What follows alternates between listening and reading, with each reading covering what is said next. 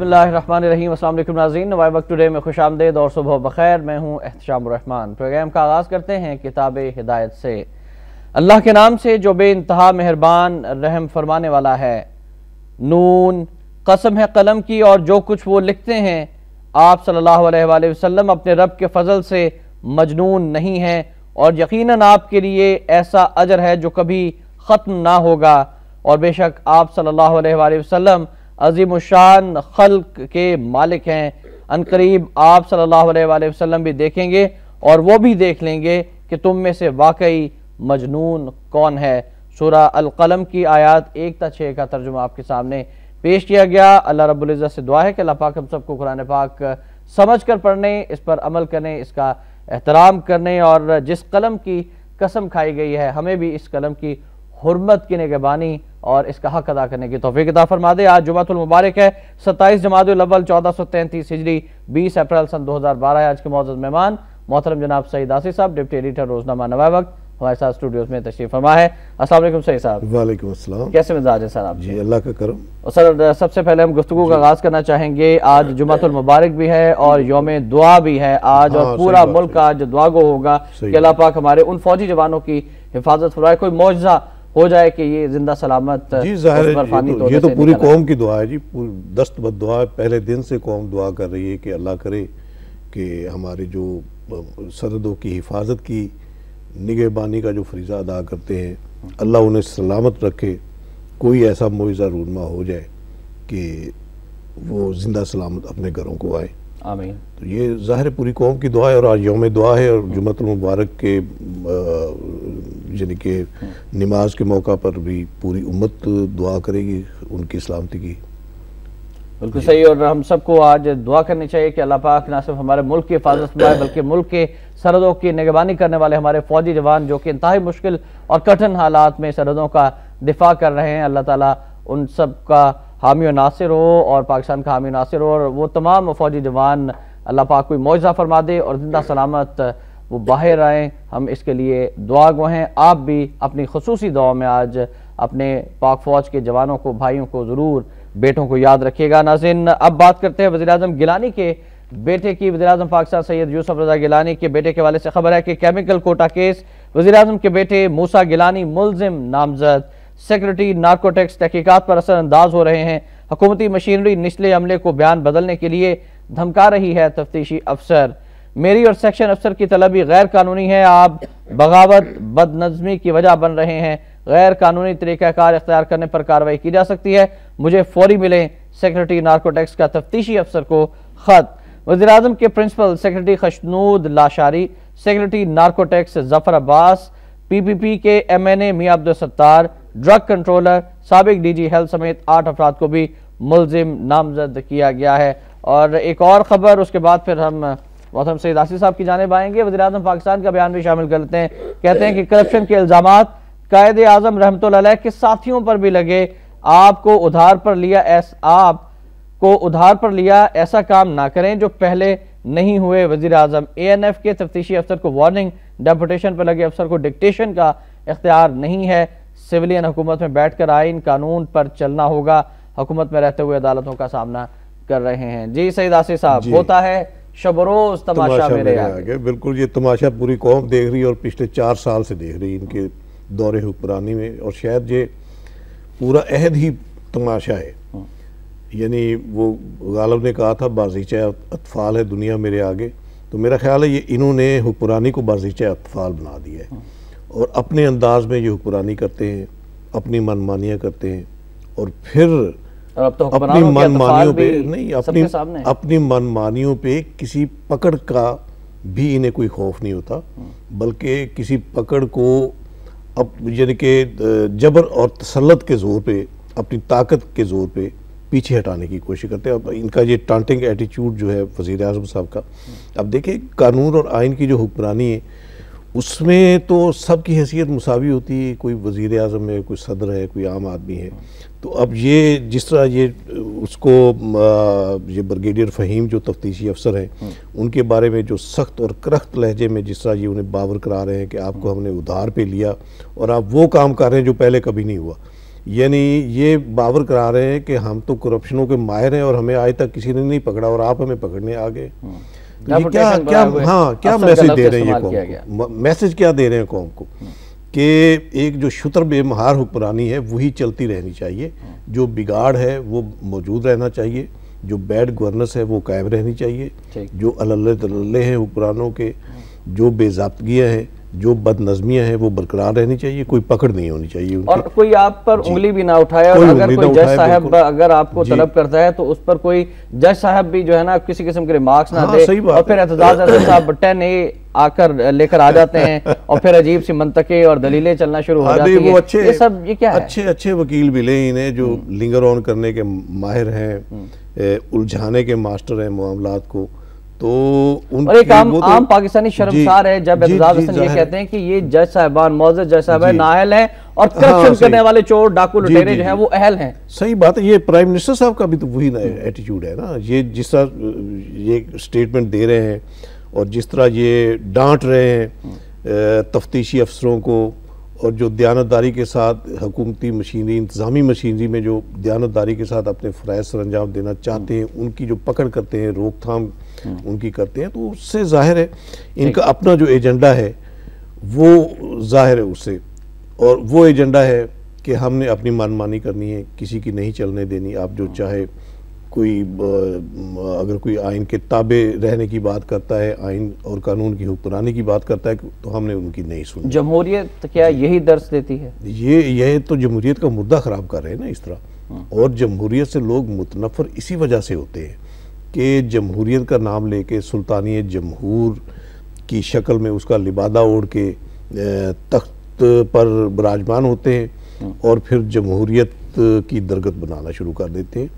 इसी वजह से जमहूरियत से आम आदमी का एतमाद उठता है कि हमारे नाम पे वोट लेने वाले हमी को कत्ल करने पर जब तुल जाए, हमी को मारने लगे, हमें ही जिंदा दरगोर करें, तो फिर वो उन्हें तो जाहिर है इस जमहूरियत से फिर पिछला जो दौरे आमरीत है वही अच्छा लगेगा कि उसमें कम से कम आवाम के ऐसे मसाइल तो नहीं होते।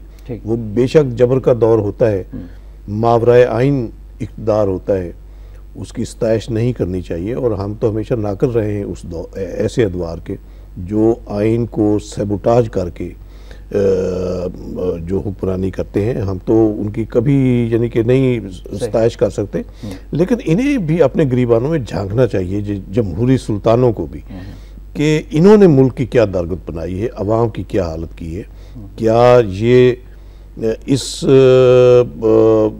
अहल हैं कि इन्हें हुक्मरानी का हक जो है तस्लीम करते हुए आइंदा के लिए भी इन्हें इनके इक़्तिदार की राह हमवार की जाए। मेरा ख्याल है ये तो पूरी जमहूरियत की बसात लपेटने की खुद ही कोशिश कर रहे हैं। एक आम आदमी के जहन में जमहूरियत का बहुत भयानक चेहरा और नक्श पेश किया गया है, भयानक तस्वर ये खुद ही बना रहे हैं। तो इसमें अब देखिए प्राइम मिनिस्टर साहब का पूरी फैमिली, वो जिसा कहते हैं कि इनके बारे में मशहूर है MBBS कहा जाता है कि मियाँ बीवी बच्चों समेत, तो ये तो अब खुल के सारी बातें सामने आ रही हैं।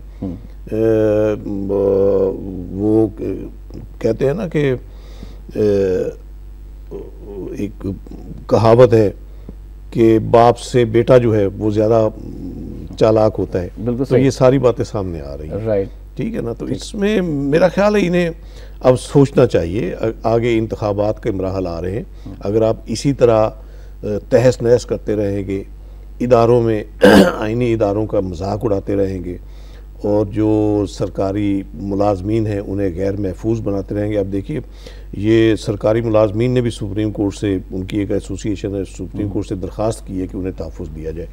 तो ये सारे क्या मामलात हैं, आप क्यों इस डगर पे ले जाना चाहते हैं? ऐसा लगता है कि कज़ाफ़ी और हुस्नी मुबारक को अपना रोल मॉडल बना लिया है, ना सिर्फ हमारे हुक्मरानों ने बल्कि उनकी औलादों ने भी, लेकिन फिर उसके बाद जो उनका अंजाम है उससे बेखबर हैं, बाखबर होते हैं, पता भी है, लेकिन ये लस्ट ही ऐसी है, नशा ही इतना है कि इससे बाहर ये निकल ही नहीं पाते। राइट, और कुछ मज़ीद खबरें शामिल करना चाहेंगे नाज़रीन। चीफ जस्टिस ऑफ पाकिस्तान का बयान है कि नैब ने 7 रोज में गिरफ्तारियां और रकम वसूल ना की तो कार्रवाई करेंगे। रेंटल पावर मंसूबे करप्शन करने वाले को फिर वजीर बना दिया गया chief justice of Pakistan. Supreme court ने बरहमी का इजहार किया, वाज़ेह अहकामात है कि इन मंसूबों में बदउनवानी हुई है। जस्टिस इफ्तिखार का ये बयान है और इस पर हम मुख्तसर तबसरा भी चाहेंगे जरूर कि एक ऐसा वजीर जो कि रेंटल पावर के जिस पर इल्जाम थे, चीफ जस्टिस साहब फरमा रहे हैं कि करप्शन की उसने, उसे फिर वजीर बना दिया गया। ये एक जानबूझ कर किया जा रहा है सुप्रीम कोर्ट को, जानबूझ के तज़हीक का निशाना बनाने के लिए, सिर्फ ये बावर कराने के लिए कि आपकी क्या हैसियत है हमारे नज़दीक, सिर्फ ये एहसास दिलाने के लिए। अब देखिए ये सिर्फ राजा परवेज अशरफ का मामला नहीं है, और भी जिसने गुस्ताखी की हुई है सुप्रीम कोर्ट के साथ, जिसने बदअहदियां की हुई है, जिसने जितनी करप्शन की है, उसे ज्यादा से ज्यादा एजाज से नवाजने की कोशिश की जाती है। तो ये क्या मैसेज दे रहे हैं? यही ना कि हम तो यानी कि हम सुप्रीम है, फिर ये कहा जाता है हम सुप्रीम है, बालातर हैं हम, कोई कानून कोई आइन जो है वो हमारी पकड़ नहीं कर सकता। तो ये कब तक ऐसा चलेगा? आप बताएं कब तक चलेगा? मेरा ख्याल है अब तो खैर अल्लाह करे कि इंतखाबात के जरिए ही तब्दीली अमल में आए।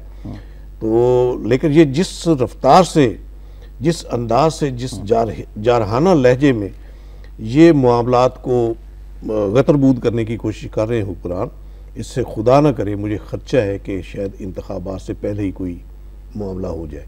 ठीक, अल्लाह करे कि उसकी नौबत ना आए कि इंतखाबात का अब 8-9-10 महीने पड़े हैं, स्मूथली चलता रहे तो ठीक है, इंतकाल इक़्तिदार इंतखाब के जरिए हो जाए। अब आवाम को भी एक चॉइस आवाम के पास भी मौजूद, उन्होंने सब कुछ देख लिया है, इनका सियासतदानों का ज़ाहिर बातन सब उनके सामने है, तो उनके लिए भी चॉइस में थोड़ी सी आसानी हो जाएगी। राइट, बिल्कुल सही बात करेंगे नाज़रीन पाकिस्तान और भारत के दरमियान ताल्लुकात के हवाले से और सियाचिन के हवाले से। सियाचिन भारत का कियानी के बयान का खैर मकदम, एक तरफा वापसी नहीं होगी, पाकिस्तान का रद्द-ए-अमल। खुशी है कि पाकिस्तान को मसाइल का एहसास हो रहा है। पलबम राजू भारतीय फौजी बड़े जहन्नुम में है, जनरल रिटायर्ड होवन। कई तजावीज़ ज़ेर गौर हैं, दिफाई सेक्रेटरियों के मुज़ाकरात पिंडी में होंगे, ड्रोन हमले बर्दाश्त नहीं है, तर्जुमान का ये कहना है। फिर भारत का जंगी जुनून नाज़रीन अरूज पर है। एक तरफ एटमी आबदोज़ें समंदर में उन्होंने अपने लॉन्च कर दी हैं, दूसरी जाने भारत का बैनुल बरे-आज़मी एटमी मिसाइल का भी तजुर्बा, कोई फर्क नहीं पड़ता। चीन पाकिस्तान का तबसरे से गुरेज 5000 किलोमीटर रेंज वाला अग्नि मिसाइल चीन, एशिया, यूरोप को निशाना बना सकता है। एटमी ममालिक के इतिहास से काम ले अमरीका इसे खित्ते के लिए खतरा नहीं समझ सकते। और एक तरफ भारत का जंगी जुनून है, दूसरी जानिब पाकिस्तान से क्रिकेट को दूर करने की साजिशें भी जारी हैं और भारत भरपूर अंदाज में बांग्लादेश पर प्रेशराइज भी कर रहा है और बांग्लादेश की क्रिकेट टीम का दौरा पाकिस्तान एक बार फिर मनसूख कर दिया गया है और अब यूज किया गया है ढाका हाई कोर्ट को, और ढाका हाई कोर्ट ने इस सिलसिले में हुक्म इम्तनाई जारी किया है। हम सबसे पहले इस हवाले से बात करना चाहेंगे कि बांग्लादेश की क्रिकेट टीम का जो दौरा पाकिस्तान मनसूख हुआ है, हसीना वाजिद जो कि वज़ीर-ए-आज़म बांग्लादेश की, जो कि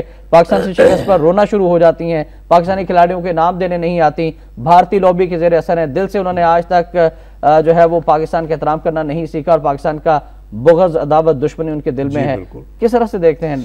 देखिए शाह साहब, ये सारी बातें जो है ना, ये कड़ियाँ एक दूसरे के साथ मिली। जितनी खबरें आपने पढ़ी ना, ये इंडिया पाकिस्तान रिलेशन के हवाले से, इंडिया के जंगी जुनून के हवाले से, ये सारी एक दूसरे, और बांग्लादेश का ये जो क्रिकेट टीम का दौरा मनसूख हुआ, अगरचे ये जवाज़ ये ढाका हाई कोर्ट के आर्डर को बनाया गया, लेकिन पीछे जो है ना असल जो मामला आप देखिए, यानी कि बांग्लादेश एक किस्म की पपट का किरदार अदा कर रहा है इस वक्त इंडिया के। बिल्कुल सही, इसमें कोई शक नहीं। हसीना वाजिद तो जाहिर है वो मुजीबुर रहमान की बेटी जो है, उसकी तो नफरत जो है पाकिस्तान के साथ, उसका अंदाज़ा आप इसी से लगा लें कि जब ये पाकिस्तान ने खैर सगाली के जज्बे के तहत बांग्लादेश की टीम से मैच हारा था, आपको पता है जब पहली बार शिकस्त हुई थी तो यही हसीना वाजिद प्राइम मिनिस्टर थी और इसने कहा था कि हमने वो अपने बदला ले लिया है जो हमारा 71 की जंग में जो हमारा कत्लो गारत हुआ। पाकिस्तान के बारे में कहा जाता है कि इसलिए हारा था कि टेस्ट कैप दिलवानी थी बांग्लादेश को। जी यही बात है ना, पाकिस्तान का जज्बा देखे और उनका जज्बा देखे।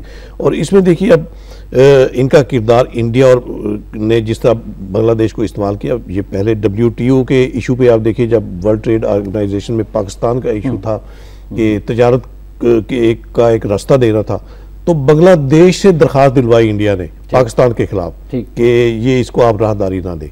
आप इससे ही अंदाजा लगा लेना। उसके बाद अब मुझे 100% यकीन है कि ये कारनामा जो है, ये कारस्तानी जो है, ये भी इंडिया की है। उसी की अंगेख पे वो कहते हैं कि बांग्लादेश का एक वकील है और एक शहरी है जिसने ये पिटीशन दायर की है, तो उनके डोरियां भी जो है ना वो इंडियन लॉबी। अगर हम क्रिकेट के हवाले से थोड़ी सी मजीद गुफ्तगू कर लें, IPL आजकल चल रहा है, उसमें पाकिस्तानी खिलाड़ियों को मुसलसल बैन है, ICC इसका कोई नोटिस नहीं लेती। दूसरी जानिब जो चैंपियंस लीग होती है जिसमें पाकिस्तान की चैंपियन को भी शामिल करना चाहिए, लेकिन पाकिस्तान की चैंपियन टीम को शामिल नहीं किया जाता, जो कि यहाँ पे T20 क्रिकेट टूर्नामेंट की चैंपियन होती है। इसके अलावा पाकिस्तान क्रिकेट बोर्ड ने हर मौके पर बांग्लादेश क्रिकेट बोर्ड को सपोर्ट की है, और अब रुकनियत के हवाले से फिर ओहदों के हवाले से भी एक मामला है, लेकिन बांग्लादेश क्रिकेट बोर्ड ने हमेशा इंडिया की कठपुतली बोर्ड का किरदार अदा किया है। इस पर आप क्या कहेंगे? वही तो मैं बात कर रहा हूँ ना कि वो उसके इंडिया के क्लचेस में है। बांग्लादेश जो है, पूरा बांग्लादेश की एडमिनिस्ट्रेशन जो है उसमें बांग्लादेश टीम बेचारी की क्या हैसियत, वो तो जो इशारा होगा वही उसके जो बांग्लादेश का क्रिकेट बोर्ड है वो वही करेगा। वही लेकिन ज़का अशरफ साहब का बयान है कि पंजाब हुकूमत और वफाकी हुकूमत की जो टसल थी और दोनों ने ताउन की यकीनदहानी नहीं कराई, और फिर सिक्योरिटी के हवाले से उन्होंने ताउन की यकीनदहानी नहीं कराई, इस वजह से बांग्लादेश की क्रिकेट टीम का दौरा मनसूख हुआ है। उन्होंने मोर्द इल्जाम पंजाब हुकूमत को ठहराने की कोशिश की है। ये अफसोसनाक सूरत हाल है कि हर इशू पे जो है ना इस पर जो सियासत करने की कोशिश की जाती है, ये इंतहाई, यानी कि मुल्क और कौम के मुफादात का भी नहीं सोचा जाता है इसमें। अब देखिए, इसमें अगर बांग्लादेश की टीम अगर पाकिस्तान का दौरा करती है तो इसमें पूरे मुल्क की नेकनामी है ना, एक फिजा यानी कि जो क्रिएट होती, जो एक बुरे तासरात बन गए थे, वो ख़ास तौर पे श्रीलंका की टीम के साथ जो यहाँ कज़ाफी स्टेडियम में जो एक दहशतगर्दी का वाक़या हुआ था, उसके बाद ही ये सारा इंडिया ने भी फिर मनसूख किया दौरा अपना, इंग्लैंड की टीम ने भी मनसूख किया। तो अब ये एक रास्ता खुल रहा था, अगर बांग्लादेश की टीम आ जाती पाकिस्तान के दौरे पे तो फिर दूसरों के लिए भी ये एक जवाज जो था, यानी कि पाकिस्तान के हालात लॉ एंड ऑर्डर वाले, ये जवाज कायम न रहता। लेकिन भारत नहीं चाहता कि पाकिस्तान के अंदर क्रिकेट बहाल हो। भारत ताल्लुकात की बात हम करते हैं, पसंदीदा तरीकों से मुल्क करार देते हैं, लेकिन उसके जंगी जो जुनून है वो रूज पर है। अभी जंगी जुनून की बात की, वो कल उसने अग्नि मिसाइल का जो तजुर्बा किया, ये मेरा ख्याल है जो खुशफहम हमारे सियासतदान हैं इंडिया के बारे में, जो रेशा खत्मी होते हैं उनके साथ वारफ्तगी का मुजाहरा करते हुए ये तक कह देते हैं कि सियाचिन से हमें पहल करनी चाहिए अपनी फौजें बुलाने में। मियां नवाज शरीफ साहब ने जिसका कहा, ये उनके लिए सोचने की बात है कि वो इंडिया के अज़ाइम क्या है हमारे बारे में, वो क्या यानी कि किस जारहाना अंदाज में हमारी सालमियत के दर पे। राइट सर, सैयद साहब आपसे हम इजाजत लेना चाहेंगे कि हमें एक ब्रेक के लिए जाना है। नाज़रीन, ब्रेक से वापस आएंगे तो आपसे राय भी लेंगे कि बांग्लादेश की जो दौरा मनसूख हुआ है, फिर भारत के जंगी जराइम भी हैं, जंगी जुनून भी है, इस वाले से भी बात करेंगे, आपकी राय भी लेंगे। आप हमारे साथ रहिएगा।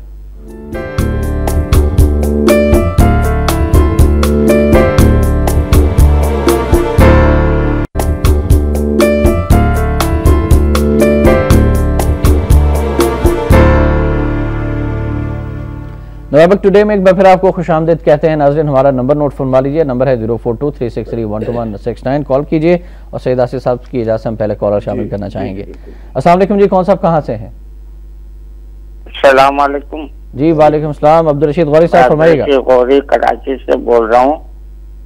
बड़े दुख और अफसोस के साथ तमाम पाकिस्तान के अवाम से आज मेरी गुजारिश है कि जो हमारे फौजी जवान जो हमारी सरहदों की हिफाजत के लिए न दिन देखते हैं न रात देखते हैं, अब वो किस हाल में, इतना अरसा हो गया, आज जुमे का दिन है, तमाम खतीबों को चाहिए कि खुसूसी तौर पर उनके लिए दुआएं करें और उनकी मग़फ़िरत, जो शहीद हो गए उनकी मग़फ़िरत और दर्जा बुलंद। Thank you very much Abdul Rashid Gauri साहब। खुसूसी तौर पर दुआओं की दरख्वास्त हमने भी की है और एक बार फिर आपसे यही दरख्वास्त करते हैं। शाहिद साहब भी हमारे साथ लाहौर से। अस्सलाम वालेकुम जी। वालेकुम जी। वालेकुम सलाम। शाहिद साहब फरमाइएगा। सर, एक तो ये जो सफारत खाने की बेपनाह तोसीह वाला मामला है, इस पर पूरी कौम को बिल आखिर इकट्ठे होना होगा, बाहर निकलना होगा, चाहे पेट पर पत्थर बांधकर बाहर निकलना पड़े। हम अपने जो घरेलू मसाइल हैं, जो मुल्की मसाइल हैं, उन्हें पसे पुश डाल के भी जो है ना हमें इस मामले को सबसे प्रायोरिटी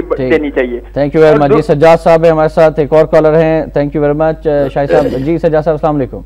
हाँ जी, सज्जाद भाई लाहौर से। ये जो बांग्लादेश वाला मामला है, ये असल में इनको मिसगाइड किया गया है, इस पर तवज्जो इतनी भरपूर तरीके से नहीं दी गई हमारी जानिब से, जिसकी वजह से ये हालात पैदा हुए हैं। वरना कोई ऐसा मसला नहीं है। पाकिस्तान में माशाल्लाह हम लोग खुद भी बस रहे हैं और कोई मसाइल नहीं है इतने कि इस नोयत के फैसले कर दिए जाएं कि, और क्रिकेट के मामले में तो फिर सियासत क्यों हो, और हालात अल्हम्दुलिल्लाह चले एक आध शहर में कोई ऐसा मसला है तो वहाँ मैच ना रखें, वहां से मैच निकाल के दूसरे जहाँ पूरा अभी हमारे रावलपिंडी में आप देखें कि 2020 हुए हैं, उसके बाद पूरे पाकिस्तान में कुछ मैचेस हुए हैं, तो ये सारे पुरअमन तरीके से मुकम्मल अंजाम पाए हैं। तो मेरा नहीं ख्याल कि कोई ऐसा मसला था, हमारी ही तरफ से कोई कमी कुताही रह गई है। राइट, ठीक है, हमारी तरफ से कमी कुताही रह गई है। सजाद साहब का ये कहना है। मिसेज इलियास साहब भी हमारे साथ रावलपिंडी से, उनकी कॉल भी शामिल कर लेते हैं। अस्सलाम वालेकुम।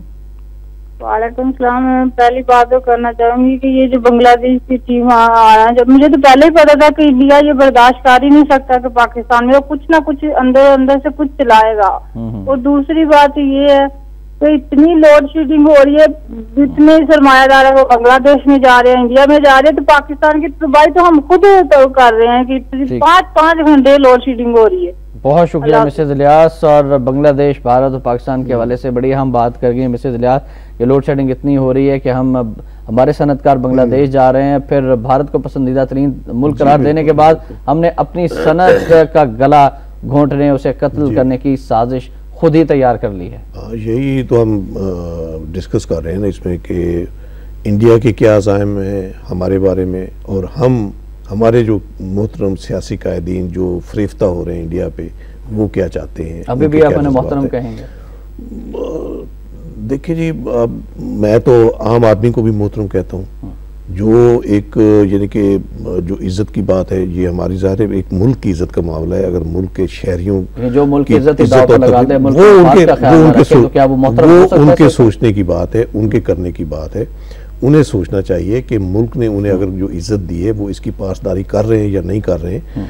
जो जिस मुल्क की वजह से वो आन बान शान रखते हैं, इक़्तिदार पाते हैं, इक़्तिदार में आके फिर इक़्तिदार की बंदर बांट करते हैं, फिर अल्लाह तल्ला करते हैं, उन्हें सोचना चाहिए ना कि वो अपनी इस दी हुई इज्जत, इस मुल्क ने उन्हें जो इज्जत दी है वो उसकी पासदारी कर रहे हैं या नहीं कर रहे हैं। लेकिन वो तो कहते हैं कि पंजाब हुकूमत हमारी दी हुई है। वो तो नाउज़ुबिल्लाह सुम्मा नाउज़ुबिल्लाह खुद खुदा बनते हैं। कुछ कॉलर हम शामिल करना चाहेंगे। महमूद साहब लाहौर से, अस्सलाम वालेकुम। जी वालेकुम सलाम। महमूद साहब फरमाइएगा। महमूद अहमद मलिक बोल रहा हूँ लाहौर से। जी जी, बहुत शुक्रिया, फरमाइए। ये आसिफ साहब ने बताया है कि पिता, मैं इनका मसला हल कर देता हूँ। पिता पर पूत, गधे पर घोड़ा, वो तो नहीं तो थोड़ा बहुत ही तो थोड़ा जी जी मेरी और बात सुन ले। वो सेक्रेटरी में कहते हैं जी जी जी बात सुन ले। कोई लंबे लंबे दार अंदर, कोई तस्वीर दी खड़कार अंदर, कोई कौन मोड़ने दी यार अंदर, कोई चुपचाप दी तार अंदर, सब पूछ रहे हैं पैसे नू, कोई ऐसे नू कुछ ऐसे नू। बस तुम्हें कौड़ी होंगी, तुम्हें पता बबाए दिया ਜਿਹੜੀਆਂ ਕਰਤੂਤਾਂ ਮਾਵਾ ਕਰਦੀਆਂ ਉਹੀ ਕਰਦੀਆਂ ਧੀਆਂ। ਜਿਹੋ ਜਿਹਾ ਵਜ਼ੀਰ ਆਜ਼ਮ ਉਹਦਾ ਮਾਂ ਪਿਓ ਹੋ ਜਿਹੀ ਔਲਾਦ ਹੋ। जी थैंक यू वेरी मच जी। ਜਿਹੋ ਜਿਹੀਆਂ ਕਰਤੂਤਾਂ ਮਾਵਾ करदियां होती हैं। सालिक साहब की कॉल हम शामिल करने अगर आपको पाकिस्तानी कौम जी, सालिक साहब भी इस्लामाबाद से, उनकी भी कॉल शामिल कर लेते हैं। अस्सलाम वालेकुम जी। अस्सलाम वालेकुम जी। वालेकुम सलाम। अफसर बोल रहा हूं। कहाँ से बात कर रहे हैं? लाहौर से बोल रहा हूं, अफसर मलिक जी। अफसर मलिक साहब बहुत शुक्रिया, फरमाइएगा। सर, ये जो मुल्क की सूरत हालात है ना, हुकूमत का जो परफॉर्मेंस है, पब्लिक जो बैठी हुई है बहुत परेशान, तब हुकूमत को पैगाम देना चाहता हूँ कुरान हकीम की रोशनी के मुताबिक। सुनिएगा बड़ी गौर से। जी फरमाइए। वलाउ युअखिजुल्लाहु अन्नास बिजुल्मिहिम मा तरक अलैहिम मिन दाबतिन वलकन युअखिरुहुम इला अजलिन मुसम्मा फइज़ा जाअ अजलुहुम ला यस्तअखिरून साअतन वला यस्तक़दिमून। अल्लाह ताला फरमाता, अगर पकड़ूं मैं जालिमों को यूं ही कि वो जुल्म करे, न छोड़ूं ऊपर डूबे जमीन पर कोई इंसानों में से बसने वाला, वलकन मैं ढील देता हूँ जालिमों को मुद्दत मुअय्यन तक। जब जालिम जुल्म करने से बाज नहीं आता तो मैं जालिम को गिरफ्तार करता हूँ, और मेरी गिरफ्तारी इतनी सख्त होती है, मैं एक घड़ी आगे होने देता हूँ, न एक घड़ी पीछे। बहुत शुक्रिया जी, बहुत शुक्रिया अफसर साहब। जमशेद साहब भी हमारे साथ गुजरांवाला से, अस्सलाम वालेकुम। जी वालेकुम अस्सलाम। जमशेद साहब, अपने टेलीविजन सेट की आवाज थोड़ी सी कम कर लीजिए प्लीज। जी मैंने आवाज कम कर दी है जनाब। ये जो हमारे सामने रवैये आ रहे हैं, पहले तो मैं इत्तेजाज हसन साहब की बात करूंगा, जो उन्होंने पिछला जो तहरीक बहाली चीफ जस्टिस में उनके बयानात को सारा को एक कैनवस में रखा जाए, और अब मौजूदा उनकी स्टेटमेंट्स को एक जगह पे रखा जाए, और जो वजीर आजम साहब के ये जो बेटे के मुतल्लक बातें हो रही हैं, और जो वजीर आजम के स्टेटमेंट हैं, इतनी जो अखलाकी गिरावट किसी में नहीं है जितनी वजीर आजम साहब में है। और ऐसे स्टेटमेंट दे रहे हैं, अगर वो बेगुनाह है तो सामने पेश करें। उनका दफा करने की क्या जरूरत है? उनको उसमें और इत्तेज़ाज़ अहसन साहब के बारे तो मैं इतना ही कहूंगा, जो उनकी पहली स्टेटमेंट है चीफ जस्टिस को बहाल कराने में, और अब में कि शर्म मगर तुमको आती नहीं। Thank you very much Jamshed साहब, आपने अपने जज्बात का इजहार किया। महमूद साहब ने लाहौर से बड़े खूबसूरत अंदाज में शायरी के जरिए से जो अपने अच्छा, उन्होंने मेरी भी थोड़ी सी वो एक जो मेरे ज़हन में नहीं आ रहा था, जी जी बिल्कुल, बाप और बेटे के हवाले से वो उन्होंने इलेबोरेट किया है, वो अच्छी बात है। वो जिस तरह कहते हैं होनहार बिरवा के चिकने चिकने पात, तो इसमें जाहिर है जो अब फिर अफसर साहब ने कुरानी आयात का हवाला देकर ये कहा कि जालिमों को अल्लाह ताला ढील तो देता है, फिर जब उनको रस्सी खींची जाती है तो फिर वो मुंह के बल गिर जाते हैं। नहीं एहसास होता ना, जब इक़्तिदार का नशा तारी होता है तो उन्हें कुछ एहसास नहीं होता। उस घोड़े पे जो सवार होते हैं तो उन्हें नहीं पता होता कि इससे गिरेंगे तो क्या उनका अंजाम होगा, और जब रस्सी जो दराज हुई अल्लाह मियां ने दराज की, जब खींची जाएगी तो फिर क्या अंजाम होगा। अगर ये बातें सामने रख ली जाए तो मेरा ख्याल है ये इतनी जो लाकानूनियत इस वक्त नजर आती है ये ना बन पाए। सब अपने अपने दायरे में रहें, अपने अपने जो है जो फराइज है दयानतदारी के साथ अदा करें। खुदा का खौफ, हर शख्स हाँ खौफ खुदा जो है, हुक्मरानों को भी अपने दिल में साहब जो है एहसाब का जो कॉन्सेप्ट है उसको सामने रखें, अपनी पकड़ के कॉन्सेप्ट को सामने रखें, तो मेरा ख्याल है किसी के कदम डगमगाएंगे नहीं। राइट, आज के प्रोग्राम के आखिरी कॉलर शामिल करना चाहेंगे फरजाना साहब हमारे साथ। अस्सलाम वालेकुम जी। अस्सलाम वालेकुम जी। वालेकुम अस्सलाम। मैं ये कहना चाह रही हूँ कि इनमें अगर खुदा का खौफ होता तो ये ऐसे काम करते, और नंबर 2 ये पीपल पार्टी और MQM जो मिल गए हुए हैं ये आंदा किसी को भी नहीं आने देंगे, और ये जो पंजाब में घुसी है MQM ये भी पीपल पार्टी की वजह से घुसी। थैंक यू वेरी मच जी। MQM और पीपल्स पार्टी के तहत के बात की कराची के हालात पर भी तस्करा हो जाए, क्योंकि कराची में एक बार फिर लाशें गिर रही हैं और दिल खून के आंसू रो रहा है कराची की सूरत हाल देखकर। सबसे ज्यादा अफसोसनाक ये बात है ना कि ये इत्तेहादियों के दौर में इत्तेहादियों के हाथों ही अगर ये सब कुछ हो रहा है, और इत्तेहादी ही एक दूसरे के कत्लेआम में मुलव्वस हैं। इत्तेहादियों के हाथों अगर मैं कह रहा हूँ तो वो यही मैं कह रहा हूँ ना कि ये सब उनकी अपनी करनियों के फल हैं, उनके अपने जो है जो बदामालियाँ हैं, बेतदबीरियाँ हैं, वो सामने आ रही, इस मुल्क का बेड़ा गर्क कर रही है। तो मेरा ख्याल है इस कौम तो अब ज़ाहिर समझ गई है सारा, हुक्मरानों के जो मामलात हैं वो कौम से कोई मख्फी नहीं रहे। ठीक, इसलिए मैं तो यही दुआ करता हूँ कि अल्लाह करे कि इंतखाबात जो है स्मूथली वो हो जाए, उनकी नौबत आ जाए, ताकि अवाम खुद इनका फैसला करे। एक कॉलर ने पॉइंट रेज किया था कि अमरीकी सफारत खाना अमरीका 7 मंजिला सफारत खाना बनाने की साजिश हो रही है, और ऐसा लगता है कि अमरीकी अड्डा है इतना बड़ा, तो व्हाइट हाउस भी नहीं है, पेंटागन भी नहीं होगा, इतना सफारत खाना यहाँ पर होगा। हम अपने एडिटोरियल में भी इसको टेकअप कर चुके हैं, इस पर पूरी कौम की तशवीश है, और वाकई जिस तरह वो तौसीक कर रहे हैं, वो CDA के रूल्स जो है उनको मलिया मेट करके जिस तरह 7 मंजिला 9 मंजिला इमारत बना रहे, उसके बाद तो मेरा ख्याल है कोई चीज़ उनकी नज़रों से छुपी नहीं रहेगी, चाहे वज़ीर आज़म हाउस है, चाहे ऐवान सदर है, पार्लियामेंट हाउस है, सुप्रीम कोर्ट है, वहाँ सारे यानी कि अहम जो हैं हसास जो मुकामात है वो सारे उनकी जो सुप्रीम कोर्ट पाकिस्तान को अज खुद नोटिस ले लेना चाहिए अमरीकी सफारतखाने में तौसीक़ को रुकवाने के लिए। कुछ मेरा ख्याल है कोई गैरत का मुजाहरा हुक्मरानों को भी तो करना चाहिए। हर बात पे हम सुप्रीम कोर्ट से ही आस लगा ले तो फिर ठीक है, सब कुछ हुक्मरानों से कोई तवक्कुआत वाकई नहीं है, कोई तवक्कुआत वाकई नहीं। इसी वजह से तो सारी गड़बड़ हो रही है ना, इसी वजह से तो तशवीश है ना कौम में। जो कौम ये जो हुक्मरान ये कहें कि 26 फौजियों का खून रायगा चला गया है और अमेरिका माफी भी ना मांगे, और हम कहें कि ठीक है हम सप्लाई खोलने के लिए तैयार हैं, तो क्या गैरत उनके अंदर मौजूद होगी? नहीं, कोई नहीं, गैरत वाली बात तो नहीं। मैं तो यही कह रहा हूँ कि ये जो इस्लाह तलब मामलात हैं नाकाबिल इस्लाह हो चुके हैं कुरान इस वक्त, तो इनसे खलासी पाकर ही हम कोई इस्लाह की तरफ आगे कदम बढ़ा सकते हैं, इनके होते हुए तो कुछ नहीं हो सकता। राइट जी बिल्कुल राइट, बिल्कुल से फरमाया। और तमाम कॉलर्स के मशकूर हैं, और अब बढ़ेंगे आज के नवाब वक्त कॉलम की जानिब।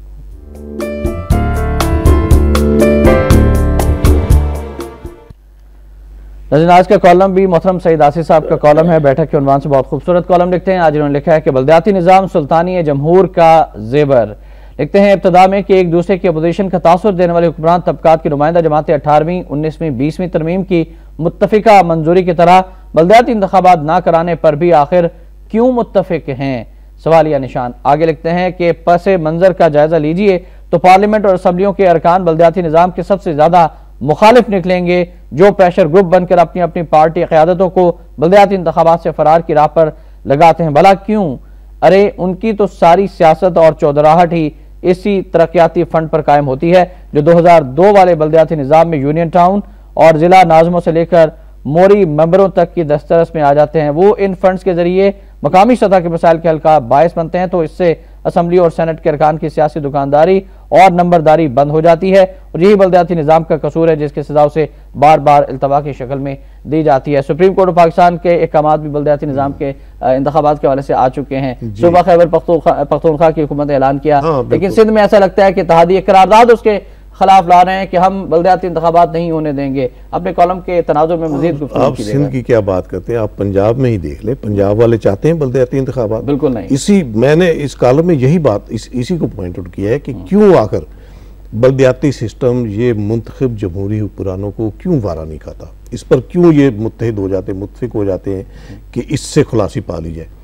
सिर्फ बात वही है कि जो फंड्स हैं, तरक्याती फंड्स, जो असूली तौर पर यानी एक जो कॉन्सेप्ट है सुल्तानी जमहूर का, वो तो यही है ना कि जमहूरियत का जो है कि जमहूरी हुकूमत अवाम के लिए, अवाम के ज़रिए। तो ये जो कॉन्सेप्ट है ये इस बल्दियाती निज़ाम के तवस्सुत से ही पूरा हो सकता है कि अवाम की दहलीज तक उन्हें रिलीफ मिले और उन्हें अमूर हुकूमत में शिरकत का जो एहसास है वो इसी तरह से हो सकता है। आप समझते हैं कि परवेज़ मुशर्रफ साहब का ये वाहिद अच्छा काम था, लेकिन इस पर अब मैं इस बहस में नहीं पढ़ना चाहता।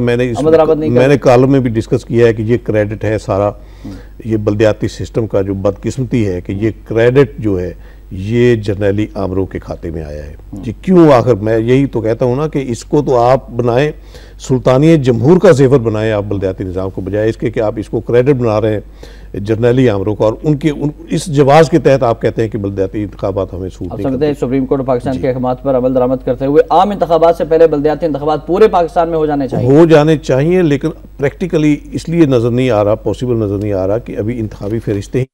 This time check is brought to you by Waves Combo. Beautify my life. A bright freezer and fridge together.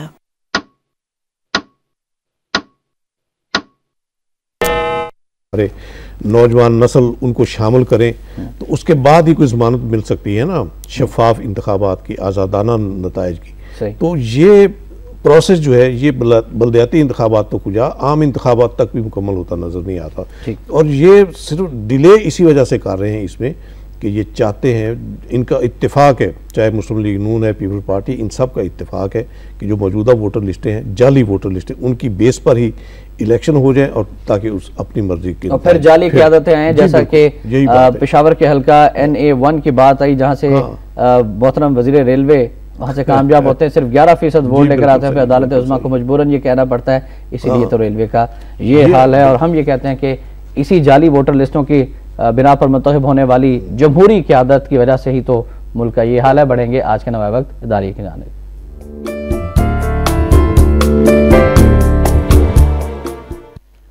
नाज़रीन, आज का नवा वक्त जारी है कि सदर के हमरा आर्मी चीफ का 11 सेक्टर का दौरा और 2 टोक मौक़िफ़, सरज़मीन पाक की हिफाजत ही अफ़वाज पाकिस्तान की अव्वलीन जिम्मेदारी है। Army chief general Ashfaq Parvez Kayani ने कहा है कि सियाचिन और कश्मीर के मसले के हल तक देर पा अमन मुमकिन नहीं, दुनिया जानती है कि हम सियाचिन में क्यों बैठे हैं। इदारे की आखिरी लाइन है कि यकीनन कश्मीर की तरह सियाचिन का मसला भी तय होना चाहिए, मगर सियाचिन से फौजें वापस बुलवाना इस मसले का कतअन हल नहीं है। भारत हमें ट्रैप पे लाने के लिए सियाचिन से अपनी फौजें वापस बुलाने की मकाराना चाल भी चल सकता है, इसलिए हमें भारतीय फौजों की वापसी पर भी सियाचिन से अपनी फौजें हरगिज वापस नहीं बुलानी चाहिए, चाहे जाए कि हम यकतरफा तौर पर ऐसा कोई कदम उठाएं। लेकिन नवाज शरीफ साहब ने तो यकतरफा तौर पर ये कदम उठाने की तरफ पेशकश कर दी और डिबेट ओपन कर दी है। आप देखिए, मुझे हंसी आई ये आर्मी चीफ के स्टेटमेंट पे जो रद्द-ए-अमल शो किया नवाज शरीफ साहब ने। वो कहते हैं कि मेरे और आर्मी चीफ के बयान में कोई फ़र्क नहीं है, यानी जो बात मैंने की वही आर्मी चीफ ने तो सीधी सीधी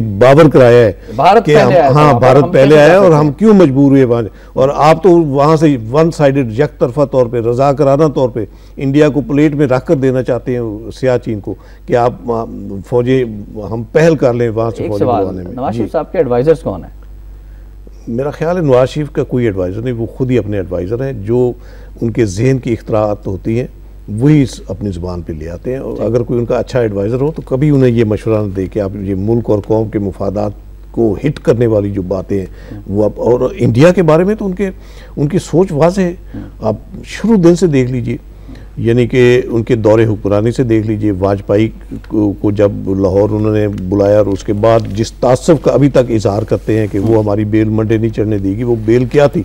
यही कि आप ये सेटल करना चाहते थे कश्मीर को, जो एक अमेरिका की जो प्लानिंग है कि इधर का कश्मीर पाकिस्तान का और उधर का इंडिया का, तो ये जो फार्मूला है ये मुल्क की बका, सालमियत और खुद मुख्तारी को हिट करने वाला। बिल्कुल सही फरमाया, ये मुल्क की सलामती, खुद मुख्तारी को हिट करने वाला फार्मूला है। Sir thank you very much. इंशाल्लाह अगले नशिस्त में भी आपसे मज़ीद गुफ्तगू होगी बशर्ते ज़िंदगी। आखिर में फरमान कायद-ए-आज़म रहमतुल्लाह अलैह शामिल करना चाहेंगे कि जमहूरियत मुसलमानों के रगो रेशे में पैवस्त है और हमने हमेशा मुसावात, अखुवत और इस्तक़लाल को पेश नज़र रखा है। इस्लाम में कोई ऐसा मौका महल नहीं है जहाँ कोई फ़र्द वाहिद अपनी मनमानी कर सके। इस पर भी जरूर गौर कीजिएगा। ये हम सब के लिए मिशल राह है। शाम रहमान को नवाब टुडे से इजाजत दीजिए। अल्लाह हाफिज।